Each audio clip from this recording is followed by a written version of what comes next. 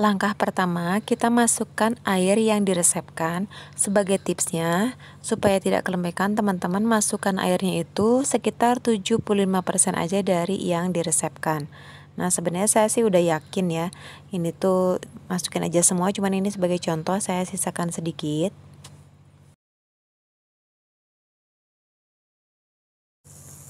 Selanjutnya kita masukkan gula dan ragi, kemudian kita aduk-aduk supaya larut keduanya dan akan mempermudah untuk mendapatkan adonan yang halus. Telur, aduk rata. Selanjutnya kita siapkan bahan kering, terigu, maizena, dan juga garam. Sedikit diaduk. Lalu kita masukkan bahan cairnya, atau sebaliknya boleh, bahan keringnya masukkan ke bahan cair. Di sini kita bantu dulu untuk hidrasi dengan scraper atau boleh langsung dengan tangan ya. Nah, ini kalau teman-teman merasa adonan itu dirasa kering, baru sisa air yang tadi sempat disisakan kita masukkan. Selanjutnya kita bantu pakai tangan supaya airnya itu terserap oleh bahan kering. Di sini sih saya merasa ini adonannya agak kaku, agak kering, tapi saya nggak akan buru-buru menambahkan air karena kan ini belum masuk bagian lemak. Nah, ini kita masukkan bagian lemaknya di sini pakai mentega. Kita uleni ya seperti ini supaya terserap. Jadi saya ini akan menguleni dengan hand mixer, tapi karena hand mixer itu kapasitasnya sedikit ya, ini tuh melebihi kapasitas kekuatan hand mixer saya. Jadi di awal ini dibantu dulu dengan tangan supaya nanti hand mixernya tidak terlalu kerja keras. Oke, ini saya kelupaan, makanya kenapa tadi terasa kering ya adonannya. Ternyata memang ada bahan yang lupa, yaitu susu kental manis atau creamer kental manis, di mana ini pun memiliki kandungan air, jadi kenapa tadi dirasa kering ya. Begitu masuk kental manis ini, adonannya dirasa sudah lebih lembab dan lebih lentur. Baik, sekarang kita gunakan mixer, tapi jangan diaduk seperti kita nge-mix bolu ya. Kita angkat dari satu sisi, angkat ke atas, dia akan ketarik. Jadi nanti setiap bagian itu akan terkena spiral mixer ini. Karena kan ini melebihi kapasitas hand mixernya. Jadi kalau kita biarkan begitu saja diaduk seperti normalnya hand mixer menguleni adonan, itu nanti dia akan patah, akan rusak, akan terlalu berat adonannya. Jadi ini mengakalinya seperti ini. Ya, jadi dia kerjanya ringan. Baik teman-teman, ini tuh udah 7 menitan dan hand mixernya tuh udah kerasa hangat menjelang panas. Ini saya udah berhentikan aja daripada kenapa-napa nanti hand mixernya. Nah, kemudian saya coba cek gimana teksturnya dan sudah membentuk gluten ya, seperti ini. Gluten itu kalau dilihat seperti ini, seperti membran tipis.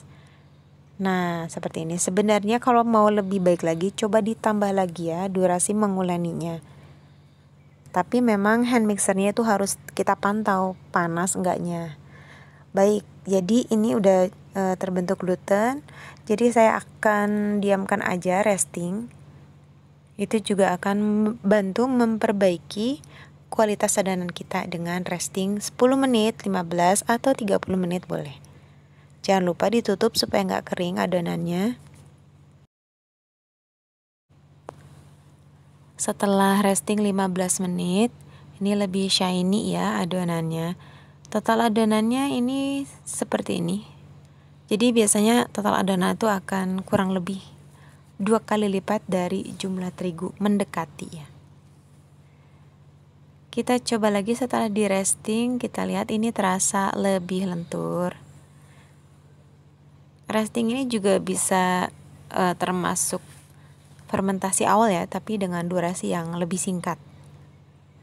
Kalau lebih lama itu kan nanti adonannya akan lebih mengembang dan akan lebih banyak gas yang terkandung di dalamnya. Kemudian saya bagi dua, yang besar ini buat bikin donat, nah kita buat roti dari yang ini ya, yang sedikit. Setelah tadi adonan yang sedikit kita bagi-bagi sesuai porsi yang teman-teman inginkan, ini selanjutnya di rounding atau dibulat-bulatkan. Nah, tadi yang sebelumnya nggak kerekam, ini yang bagian terakhir kita rounding supaya membentuk permukaan yang halus di bagian atasnya.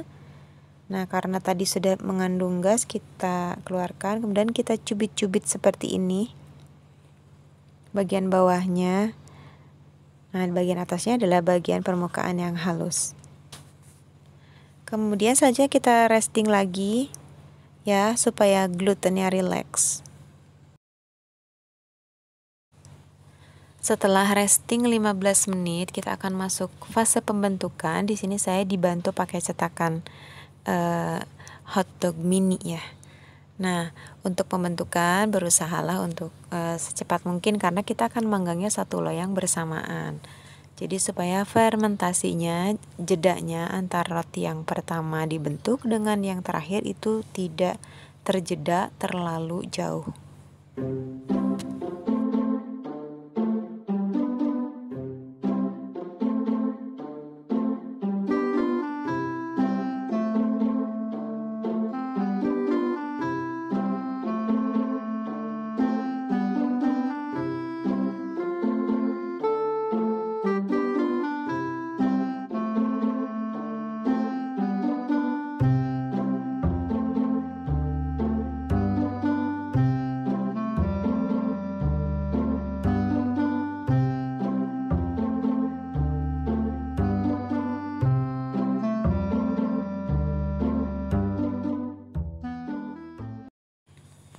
Lakukan semuanya sampai habis dan kita akan fermentasi akhir di mana durasinya itu tidak akan sama satu dengan yang lainnya karena fermentasi ditentukan oleh suhu adonan dan juga suhu ruangan masing-masing.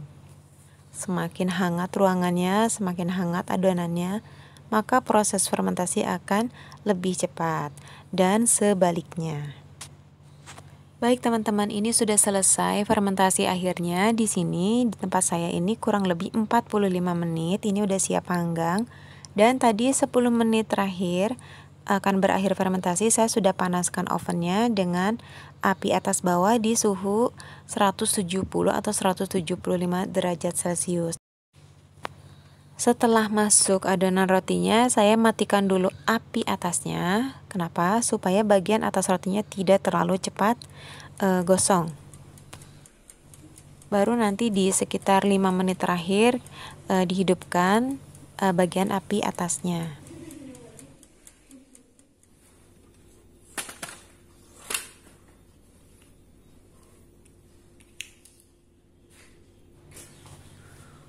Selama masih hangat, kita olesi dengan margarin atau mentega, tapi ini opsional aja, kalaupun tidak apa-apa.